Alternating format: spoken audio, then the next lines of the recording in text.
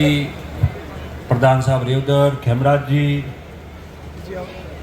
जगदीश जी, बद्री भाई और सब उपस्थित सारे लोग, हमारे सभी जनप्रतिनिधिगण, सारे समाज के हमारे मुख्य लोग, अधिकारी, कर्मचारीगण, महाराज गुंदऊ बावसी और गोपाल जी, तमाम लोग सब आ गए, सारे लोग इसमें आ गए।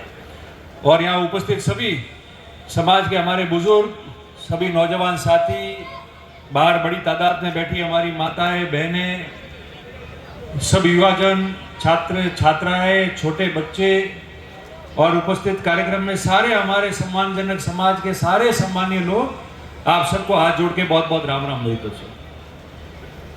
आज गिरधारी जी ने हम सबको यहाँ आमंत्रित किया है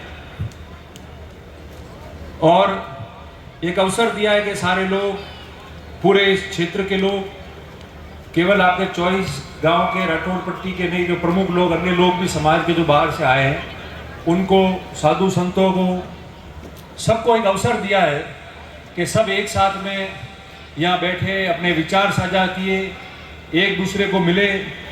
और काफ़ी समय बाद अगर कोई मिला भी है तो उसको ये अवसर प्राप्त हुआ कि वो एक दूसरे को मिले। तो मैं सबसे पहले गिरधारी जी को और उनके पूरे परिवार को, सब लोगों को साधुवाद और धन्यवाद देता हूँ कि आप लोगों ने हम सबको यहाँ बुलाया।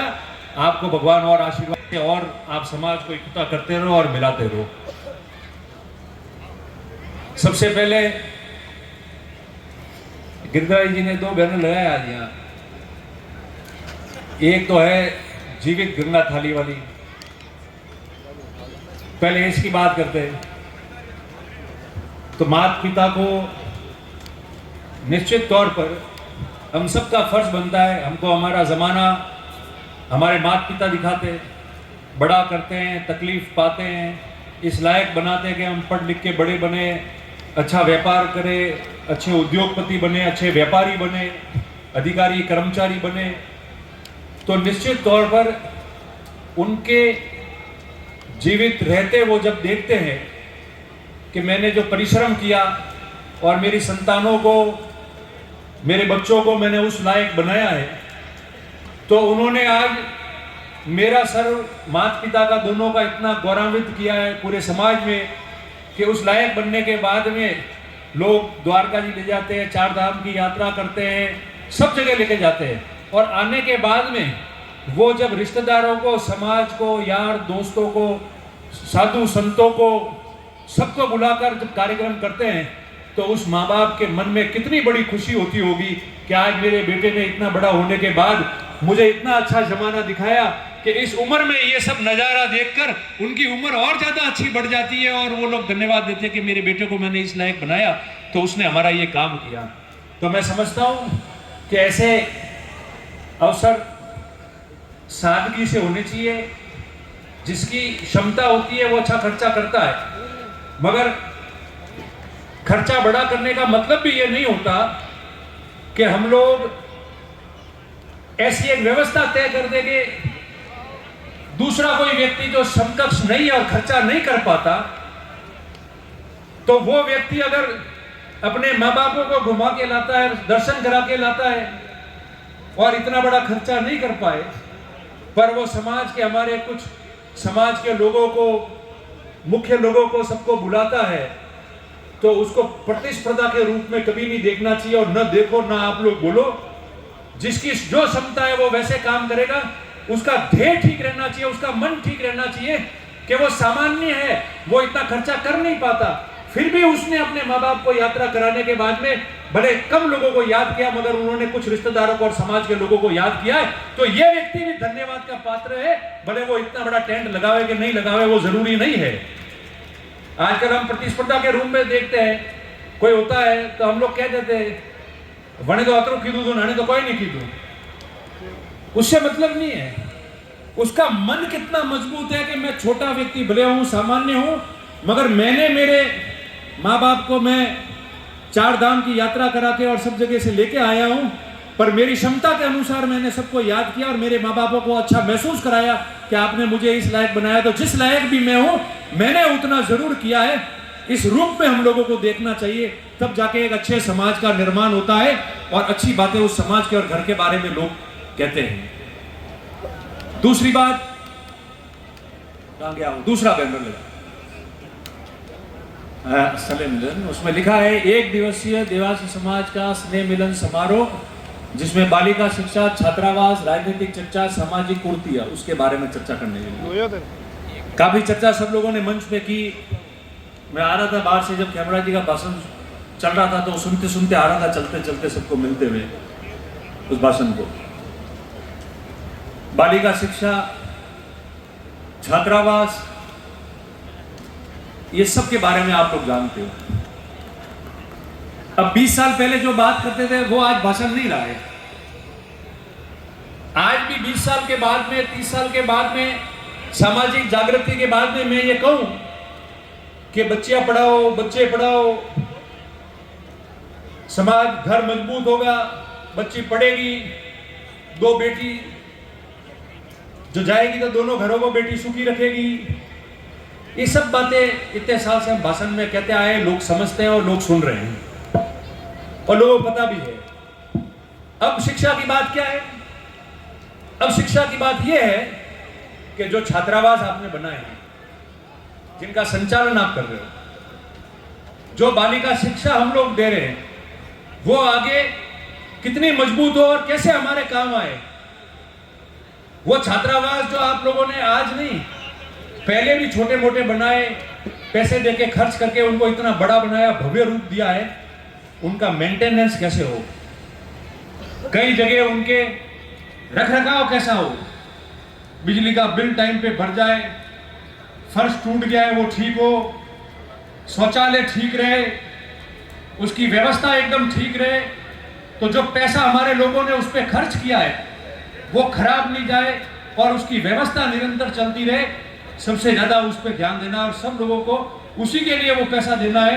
सालाना कोई फिक्स पैसा रखवाओ ताकि उसका मेंटेनेंस और वो काम अपने आप होता रहे, बार बार मांगना नहीं पड़े और सोशल मीडिया पे लिखना नहीं पड़े, क्योंकि कोई तो लिखता है सही के लिए कि ये काम करना है और कोई इसलिए लिख लेता है कि वो लिख रहा है इसलिए लिख लेता है कि अगले ने लिखा है तो मेरे को कुछ लिखना ही है आज, तो वो लिख लेता है हाँ कुछ नहीं हो रहा है, कुछ नहीं हो रहा है, वो खुद कुछ नहीं करता है मगर वो लिखेगा।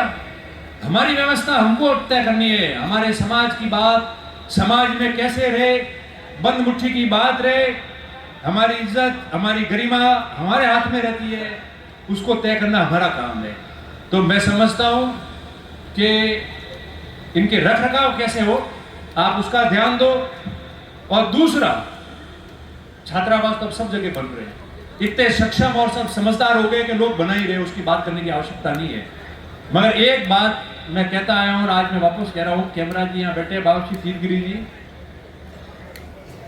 बाबूश्री ने, खेम जी ने खूब मेहनत की, अलग अलग जगह छात्रावास बनाए, सारी चीजें की है।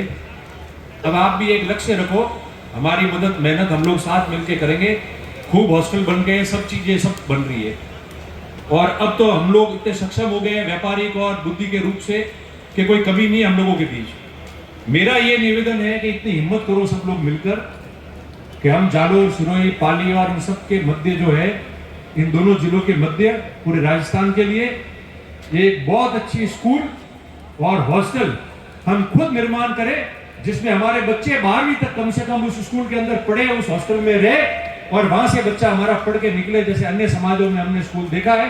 तो ये नया काम होगा, हटके होगा और ये काम वर्षों तक सब याद आएगा। और आज सक्षमता बन गई है, एक ही जगह पैसा लगेगा, एक ही जगह स्कूल बनेगी, एक ही जगह हॉस्टल बनेगी। जो समझदार, जो पढ़ा लिखा, जो अच्छा पढ़ेगा, उसको नंबर के आधार पे वहां एडमिशन मिलेगा और वो बच्चा हमारी स्कूल जो हम संचालित करेंगे उससे बाहर निकलेगा तो पूरे विश्व के अंदर एक उदाहरण हमारा पेश होगा। आप लोग तय कराओ, आप लोग बैठ के बात करो, जैसा हमारी जहां सहयोग चाहिए होगा उसके लिए हम लोग तैयार है। एक निवेदन मैं आपको शिक्षा के नाम पे ये करना चाहता हूं। दूसरा, ये मैं अब 2 मिनट बंद करना। दूसरा, सामाजिक कुरीतियों के बारे में आपने बात की है। अभी क्या लंबा चौड़ा विषय हो गया आजकल और सब चीजें हो गई है। मैं तो आपको एक छोटी सी बात कह के सारी बात समाप्त कर देता हूं इस मामले में।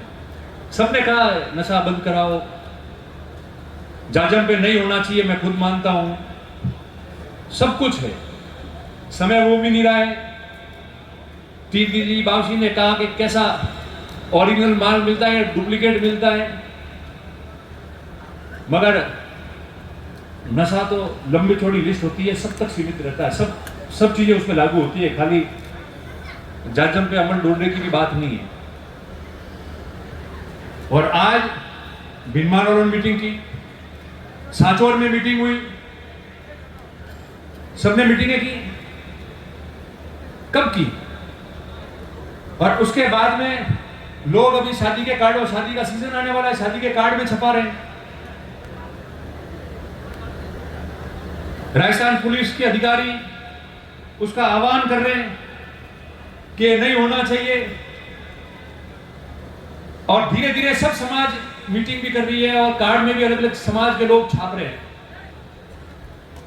मगर शुरुआत कहां से हुई गुरु? शुरुआत कहां से हुई? सबसे पहले इस जोधपुर संभाग में, इस जालौर जिले में पहला मामला पांचला में हुआ, और पांचला में रेबारी समाज के शादी के समारोह में हुआ। और शादी के समारोह में पुलिस के अधिकारी गए और उन्होंने कहा कि भाई ये गलत है, जाजम पे नहीं होना चाहिए, और ऐसा करोगे तो आगे भी तकलीफ आएगी। और उसके बाद में पुलिस ने आह्वान भी किया, वीडियो जारी किए, प्रेस नोट जारी किया, सबको कहा कि आगे शादियां आ रही है, आप लोग नहीं करना, नहीं तो कार्रवाई होगी।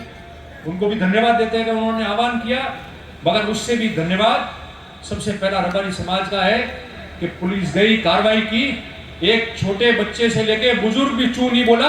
उन्होंने कहा कि ये तो रिवाज है, होता आया है, आज से आपने कहा है और आप सबके लिए लागू करोगे तो हम आपका सहयोग करने को तैयार है। किसी ने कोई विरोध नहीं किया, कोई हंगामा नहीं हुआ, कोई बात नहीं हुई, जबकि शुरुआत वहां से कराई थी तो किसी ने सोच समझ के कराई होगी।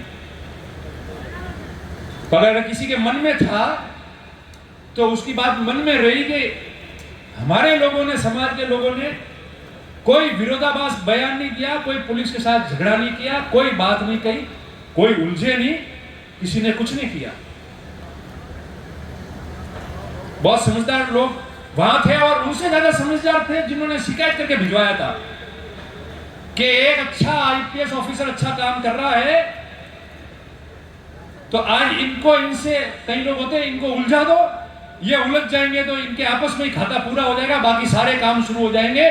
मगर अब वो लोग नहीं रहे, ये इतने समझदार लोग सारे हो गए कि किसी ने कुछ नहीं किया, हाथ जोड़कर धन्यवाद किया कि हम आपका सहयोग कराएंगे, कोई विरोधाभास नहीं हुआ, और उन लोगों ने सहयोग किया, और उस सहयोग के बाद में पुलिस ने वीडियो जारी की।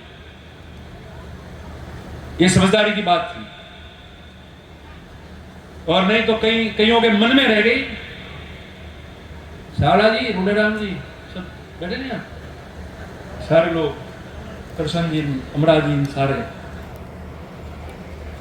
खेल तो उलझाने का था, पर वो भूल गए कि ये सब समझदार हो गए, ये सब समझदार हो गए, सब जानते। अभी वो नहीं होगा जो कोई सोचता हो।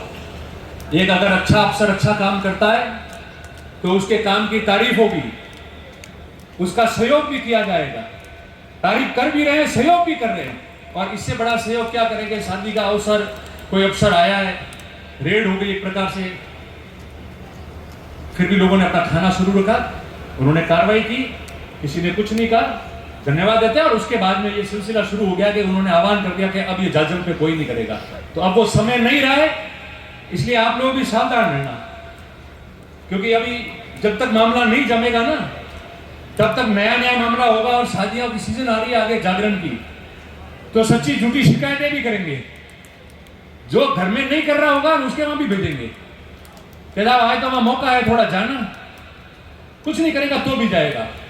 इसलिए आप लोग सब्र रखना, और इस जिले में, जालौर जिले में नशा मुक्ति रहे, और ये समारोह में अफीम डोडे वगैरह नहीं चले जाजम पे, उसकी शुरुआत भी कार्रवाई इस रबारी समाज के वहां से हुई और सबसे पहले मीटिंग करके कि हम इस पे प्रतिबंध लगा रहे हैं और शादी ब्याह में नहीं करेंगे, उसका आह्वान भी सबसे पहले रबारी समाज ने किया। ये अपने आप में सबसे बड़ी बात है, अपने आप में सबसे बड़ा उदाहरण है। तो मैं धन्यवाद देता हूं आप लोगों को और अच्छे काम करने वाले अधिकारियों को भी धन्यवाद का आपका सहयोग करेंगे, मगर आंख से सबको बराबर देखना पड़ेगा, न्याय सबके साथ होगा। और फिर गिरधारी जी के फोटो के जस्ट ऊपर लिखा है राजनीतिक चर्चा। तो ये ऐसे ही सेट हुआ है कि क्या मालूम फोटो के साथ में इनके सेट हुआ है, ये ध्यान नहीं है। तो है योजना बंद। देखो राजनीतिक चर्चा तो बहुत लंबी है, चलती रहेगी। दो बातें जरूर है कि 20-25 साल पहले पीछे हम मुड़ के देखे और विशेषकर पिछले 23-24 साल से, और बावजूद 23-24 साल के पहले एक दशक वो जो अभी आप भाषण में कह रहे थे हरसन जी सरनऊ का नाम लेके, एक दशक वो जब हम तो छोटे बच्चे थे, मगर आप और हम आपके साथ में आपके अंडर रहकर हम लोग संघर्ष करते थे। 1998 के पहले वाला दशक, 93, 94, 95, 96, 97 और 98 तब का दशक, और एक 2003 से लेकर आज 2025 तक का, 25 चल रहा है, ये 22 साल का कार्यकाल, 22-23 साल का। इस 3 भागों में इस समाज का राजनीतिक उद्धार हुआ है और राजनीतिक तौर पे ऊपर आया। 1990 के पहले जब कोई राजनीति में कम लोग समझते थे, तब आपने जो बताया हरसन जी जैसे लोग और कई भी 1-2 और राजस्थान में 5-7 ऐसे लोग हैं जो उस जमाने में सरपंच हुआ करते थे जब कोई सोचता भी नहीं था। तो वो सरपंच कोई रबारी के कोटे में थोड़ी होते थे।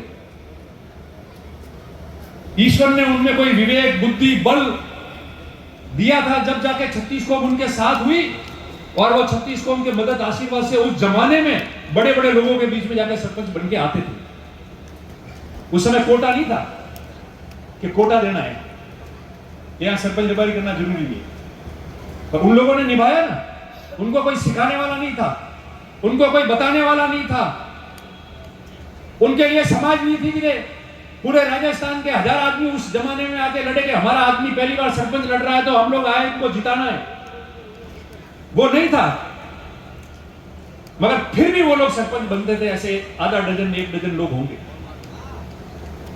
और काम करते थे। कई ऐसे लोग थे जो उस समय राजनीति में काम करते थे पार्टियों में, उनको उनकी व्यवस्थाओं से वो लोग पार्टी में काम करते थे, सेट हो जाते थे। और उसके बाद समय आया जो मैंने आपको कहा 90 के बाद, 95 से 98 के बाद विशेषकर, और 98 से 2000 गोवर्धन जी चुनाव लड़ते थे, 1-2 बार लोकसभा और निर्दलीय लड़े पाली में, और राजनीति में भोपालाराम जी करते थे। बड़े नेता मंच पे लेके उनको बैठते थे और उनका भाषण सुनते थे, पब्लिक बंधी हुई रहती थी, और नेता अगर लेट भी हो जाता तो भोपालाराम जी को नेता कहते कि वंस मोर, वापस आप भाषण दो। चित्तौड़ और वहां बद्रीराम जी और करते थे। और उसके बाद में 98 में गोमा जी चुनाव लड़े शिरोई में, भूपेंद्र जी हम लोग सब थे वहां उस समय। हाँ, और मेले में मीटिंग हुई थी सारनेसर जी में कि हमारा समाज का आदमी विधानसभा में जाना चाहिए। और मुझे याद है कि उस जमाने में, उस समय में जब मीटिंग हुई सारनेसर जी मेले में, तब जो गुजरात में विधानसभा के आज उपाध्यक्ष हैं जेठाभाई भरवाड़, वो विधायक थे और उस मीटिंग में आए थे और उन्होंने कहा था कि पहला कोई भी आपके समाज का आदमी विधानसभा में बना के भेजो, मैं सबसे पहले उनका गुजरात में स्वागत करूंगा। ऐसे भाषण और नारे भी लगे थे। तो 98 में लड़ाया, लोगों ने हिम्मत की, राजनीति में आए, राजनीति एक दिन का काम नहीं है, रोज का काम है। और फिर 2003 में सबसे पहले ये देश आजाद होने के बाद राजस्थान में चुनाव लड़ने के लिए कोई बहुत बड़े राजनीतिक पार्टी का टिकट मेरे को मिला कम उम्र में। लोग देखने आते हैं कि देवासी को टिकट, वो भी कांग्रेस का, कैसे लिया, क्या है।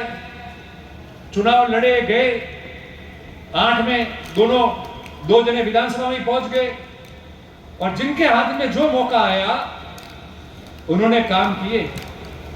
आज तक राजस्थान में कितने प्रधान बने बताओ, जगदीश जी, कितने प्रधान बने पूरे राजस्थान में आज तक? प्रधान है 2,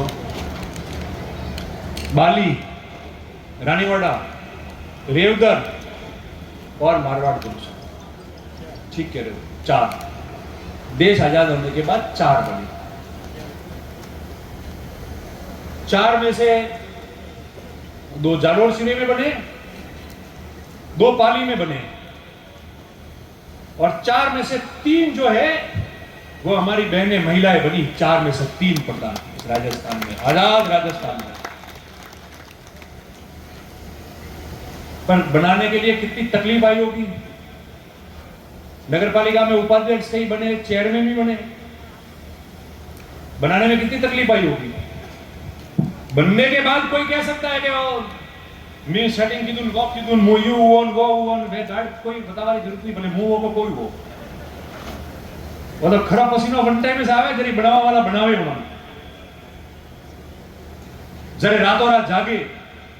दूसरी समाज के लोग होते हैं, उनको संतुष्ट करना पड़ता है कि हमको मौका मिला है। और वो जो अलग अलग समाज के लोग डेलीगेट जीत के आते हैं, वो हमारी बात को मानते हैं, हमको इज्जत देते हैं, हमारी भावनाओं को रखते हैं, और तब जाके वो लोग कहते हैं कि नहीं, हम अलग अलग समाज, जाति, धर्म के लोग आपके साथ हैं, आप बनाओ। तब जाके ये राधिका जैसी बहन जो है वो प्रधान बनती है, जब वो दूसरे समाज के लोग भी, डेलीगेट भी हमारे साथ में आते हैं। और जब वो बनाने वाला नेता होता है ना, तो पूरी रात कई लोगों को हाथाजोड़ी करता है कि बनने दो। हॉस्टल बना दिए, स्कूल बनते हैं, जिस सरकार में जिसको मौका आता है वो घोषणा करवाता है स्कूल और हॉस्टल का, तब जाके ये समाज होता है। मेरा आपको सिर्फ 2 ही बात कहनी है, ज्यादा लंबी चौड़ी बात नहीं करनी, सिर्फ 2 बात कहता हूं, और देखो कहनी भी पड़ती है, क्योंकि मंच पे बैठे हुए लोग और नीचे बैठे हुए सब एक बराबर है। फर्क इतना है कि हम मंच पे इसलिए बैठे कि आप लोगों ने हमको इतनी इज्जत दी और आप लोगों ने हमको मंच पे बिठाने लायक करा दिया। अगर आप लोग नहीं होते तो हम इस मंच पे नहीं होते। आप लोग हो इसलिए हम इस मंच पे हैं, इसलिए हमको भी किसी प्रकार का वहम रखने की जरूरत नहीं है। 2003 से लेकर 2022 साल मुझे हो गए चुनाव लड़ते हुए, और पहला चुनाव राजस्थान में बड़ी पार्टी से मैंने लड़ा। इस 22 साल में आप लोगों ने बहुत प्रेम दिया, आदर दिया, मान सम्मान, ये पगड़ी और जो भी औकात मेरी है या मेरी हैसियत बनाई है राजनीति में, वो आप लोगों ने बनाई है, 36 कौम की मदद से बनाई है। तब जाके आपका समाज का नेता यहां से लेके उस विधानसभा से लेके राजस्थान या देश में कहीं भी खड़ा होकर बोलता है तो लोग उसको उस नजरिए से इज्जत से देते हैं और बात करते हैं, नहीं तो वो नहीं होता है। और मैं ये महसूस करता हूं कि जब मैं समाज में बोलता हूं, कहीं भी बोलूं, तब मैं मेरे मन में ये बात याद रखता हूं कि मैं अकेला एक रतन देवासी के रूप में नहीं बोल रहा हूं। मैं जो बोल रहा हूं, मैं जो शब्द निकाल रहा हूं, मैं जो भाषा बोल रहा हूं, वो लाखों लाखों रबारी समाज का व्यक्ति बोल रहा है, माताएं, बहनें, बच्चा बोल रहा है, उस रूप में ये दूसरी समाज रहेगी, उस रूप से मैं बोल रहा हूं। इसलिए मैं उस रूप से बोलता हूं और उस रूप को ध्यान रखता हूं मैं हमेशा, क्योंकि मैं अकेला नहीं बोल रहा हूं। मैं खराब बोलूंगा, गलत बोलूंगा, अशोभनीय भाषा बोलूंगा तो लोग कहेंगे कि रबारी दिया। और ये जो 25 साल से आप लोगों ने बड़ा बनाया मेरे को, और सब बड़े बने, और लोग कहते नहीं देवासी जी को यहां बिठाओ, वहां नहीं बैठेंगे, वो लाओ। वो इज्जत जो आपने मेहनत से दी है, बिना कुछ लिए हमसे मेहनत करके दी है, वो मैं अगर बोल के ये बात भूल जाऊं कि रतन देवासी नहीं बोल रहा है, ये पूरा का पूरा लाखों रबारी समाज इस देश का बोल रहा है। अगर वो मैं याद नहीं रखूं तो वो व्यवस्था हो गई पूरी इतने साल की मेहनत की। और बाहर जाके कहीं बोल रहे हैं तो हमेशा ये याद रखते हैं कि मैं जो बोल रहा हूं वो 36 कौम के लोगों की तरफ से बोल रहा हूं और 36 कौम के लोगों की भावनाएं आहत नहीं हो, और वो 36 कौम के लोग बोले कि नहीं अच्छा बोला, हमारे लिए बोला, और इनके समाज में भी अच्छे लोग हैं। अगर वो भाषा में बोलूंगा और मर्यादित रहूंगा तो 36 के लोग, कौम के लोग जिन्होंने जिताया है, इज्जत देते हैं, उनकी भी इज्जत रहती है, मर्यादा रहती है। और एक समाज का व्यक्ति बोलता है तो उनको भी लगता है कि रबारी समाज का अच्छा व्यक्ति बोला है, हमको ऐसे लोगों के साथ रहना चाहिए, मदद करनी चाहिए, मेहनत करनी चाहिए, तब जाके वो बात पूरी होती। राजनीति में जिसके माथे पे जो लिखा हुआ होगा ना और हाथों की लकीर पे, वो किसी को रोक नहीं सकता है कोई। अगर ये राधिका देवी को रेवदर का प्रधान बनना था और इनकी कुंडली में लिखा हुआ हो तो बन गई। गिरधर जी को बहुत कुछ बनना है और इनके नसीब में लिखा हुआ होगा तो ये बनेंगे, कोई नहीं रोक पाएगा, कोई नहीं रोक सकता है। भले फिर मैं वार्ता जी, भूपेंद्र जी, भीम जी कितने कितने जब्बे खींचे इनके कि आगे नहीं जाने देना, मगर ये चले जाएंगे, ये चले जाएंगे, ये चले जाएंगे, ये यहां लिखा हुआ होता है। कई लोग अभी कहते हैं, देखते हैं, मुझे कई लोग मिलते हैं, ये बात चर्चा नहीं करनी चाहिए पर एक उदाहरण देना इसलिए मैं बोल रहा हूं कि साहब आदमी एक चुनाव हारता है, हमारे वहां हो रहा है, तो वो इतना क्यों हड़बड़ा जाता है कि ठाई नहीं पड़ता कि कणो मन को अनका बात करो, दावे जी जो आवे उन्होंने माई पड़ो, गाली दियो, कोई भी करो। तो आप 10 साल पद पे नहीं थे, 3 चुनाव हार गए, तो शांति से कैसे निकाला? मैंने उसको जवाब दिया, और ये समाज न्याय गंगा है, एक पुण्य अवसर है, जो 4 धाम यात्रा पे जाके देवी देवताओं के दर्शन करके आए, उनकी प्रसादी आज साधु संत मंच पे है। मैं आपको सौगंध करके उसका सही जवाब दे रहा हूं, और वो जवाब मैंने अगले आदमी को दिया और मैं उसको पालन करता हूं जवाब का। मैंने कहा भाई मैंने 2 बातें जीवन में हारने के बाद याद रखी, 3 बातें। पहली कि इस समाज में या मेरे परिवार में ऐसा कौन था जो एमएलए या मंत्री बना था? कोई नहीं था ना, तो लेके गए तो क्या लेके गए, लोगों ने इज्जत ही तो दी है। दूसरा, हम मन से भाषण करते हैं कि समाज का काम करना है, 36 कौम का काम करना है, सुख हो दुख हो, हार हो जीत हो, सरकार में हो सरकार के बाहर हो, पक्ष में हो विपक्ष में हो, कोई भी हो, 12 महीने 365 दिन केवल लोगों के बीच में रहना है और उनका काम करना है। तो जब लोगों के बीच में रहना और काम करना है तो क्या हार जीत और पद जरूरी है क्या? लोग जो इज्जत देंगे वही आपका हिम्मत होती है, वही आपकी ऊर्जा होती है, और अगर वो है तो सब कुछ है, फिर पद भी उसके सामने बहुत छोटा है। ये बातें याद रखनी है, 2 बात ये याद रखनी। तीसरी बात, मैं कितने ऊंचा नीचा हो जाऊं, वापस गिनती होकर जीतना तो हूं नहीं, तो फिर अकल निकालने से क्या मतलब? आपका काम करते जाओ, समाज सेवा के लिए आए। तीनों बातें याद रखी, इसलिए सुखी रहा और किसी को दोष नहीं दिया। हारते ही दूसरे दिन तैयार होकर वापस गए कि भाई आपने वोट नहीं दिया, कोई बात नहीं, मेरी गलती रह गई होगी, हाथ का जोड़ी माफी मांगता हूं, अगली बार और कोशिश करूंगा, मेरा मार्गदर्शन करो, गलती होगी तो सुधारूंगा, और आप अगली बार वोट देना मेरे को। ऐसा हाथा जोड़ी करने से वोट आते हैं। आप लोग वोट लेते हो, आपने ध्यान कतरा दोरा वोट लेना वे और कतरा दोरा वोट मेहनत करने वे, तो ये करना पड़ता है। आरोप लगाने से, गालियां निकालने से, गलत भाषा का उपयोग करने से हम हमारे परिवार का आईना दिखाते हैं, मर्यादित नहीं रहते। मैंने भी तो झेला है ना, किसको कहे? ये विधानसभा चुनाव के पहले और बाद में 2 साल आपने नाटक नहीं देखे सारे, एक शब्द नहीं बोला, आज भी नहीं बोलूंगा, जिंदगी भर नहीं बोलूंगा। कितने मुकदमे कराए झूठे, कितने झूठे आरोप लगाए, वीडियो जारी किए, सबके फैसले आ रहे हैं, सबने फैसले दे दिए, सच्चाई सामने आ गई। और शिकायत किससे हो? परायों से तो शिकायत हो सकती है, कोई दिक्कत नहीं, उनको ही नहीं की। अरे यहां तो मेरे को बर्बाद करने के लिए और ठेठ अंदर टेकने के लिए अपने खुद के शामिल थे। पर भगवान उनको और उनके परिवारों को सुखी रखे।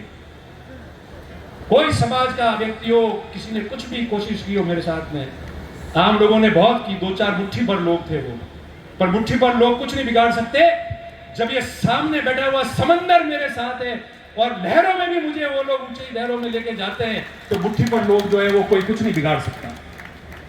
और उससे मैं विचलित भी नहीं होता, डरता भी नहीं हूं।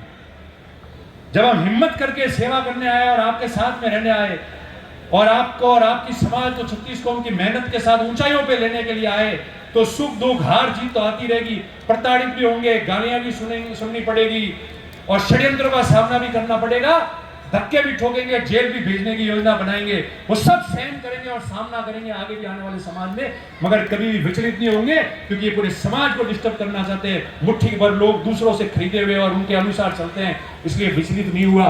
मेरे परिवार तक चले गए, उनको भी फंसाने की कोशिश कर ली किसी के साथ मिलकर। अगर किसी को ऐसा शौक था तो मुझे कह देते, मैं ही शौक पूरा करा देता, नहीं होना चाहिए था। पर फिर भी आप लोग, राजनीति में जो मेहनत करेगा, 24 घंटे साथ रहेगा, लोगों के बीच में रहेगा, लड़ाई लड़ेगा, सिद्धांतों की लड़ाई लड़ेगा, जाता रहेगा, आता रहेगा, सब कुछ करेगा, वो हमेशा आगे बढ़ेगा, कभी पीछे नहीं हो। और मैं कहता हूं कि भगवान उन सबको पूरा का पूरा आशीर्वाद देवे कि वो ऐसे लोग जो है वो आगे बढ़े। पद पे कोई भी स्थायी नहीं रहा है, पद आते गए, उम्र के हिसाब से छोड़ना भी पड़ता है। तो मैं आप सबको यही निवेदन करता हूं कि मजबूती से रहो, इस समाज को संगठित रखो, आगे बढ़ो, घर की बात घर में रखो, घर की बात घर में कहोगे तो अच्छे दिखोगे, और घर की बात चौराहे पे आके गालियां देके करोगे तो खुद के परिवार को गुंडा दिखाओगे, किसी के कोई फर्क नहीं पड़ता है। मैं आपको, हमने तो खूब चीजों को सहन किया और घूंट पिया और पीते रहेंगे, कोई दिक्कत नहीं है। वो चाहते हैं कि ऐसा करते रहो, तो ये उकसे लोग, इनके समाज के उकसे तांडव हो और हमारी समाज और हमारे लोग बदनाम हो, पर चिंता मत करो, अब तो आपकी गाली भी भूल समझ के खा लेंगे, कोई चिंता नहीं है। मगर किसी प्रकार का कोई भी जो है वो सामने जवाब कोई नहीं देगा। आप आपका काम करो, हम हमारा काम करेंगे और ये समाज निरंतर प्रगति करेगा।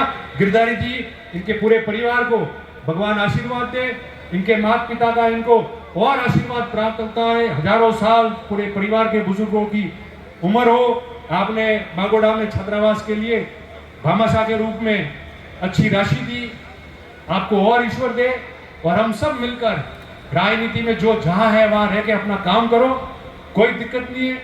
जो जिन पार्टी में है वो अपनी लकीर बड़ी करो, आपस में बोलचाल या मतभेद रखने से, मनभेद रखने से कुछ आना जाना नहीं है, तो तकदीर का खेल है।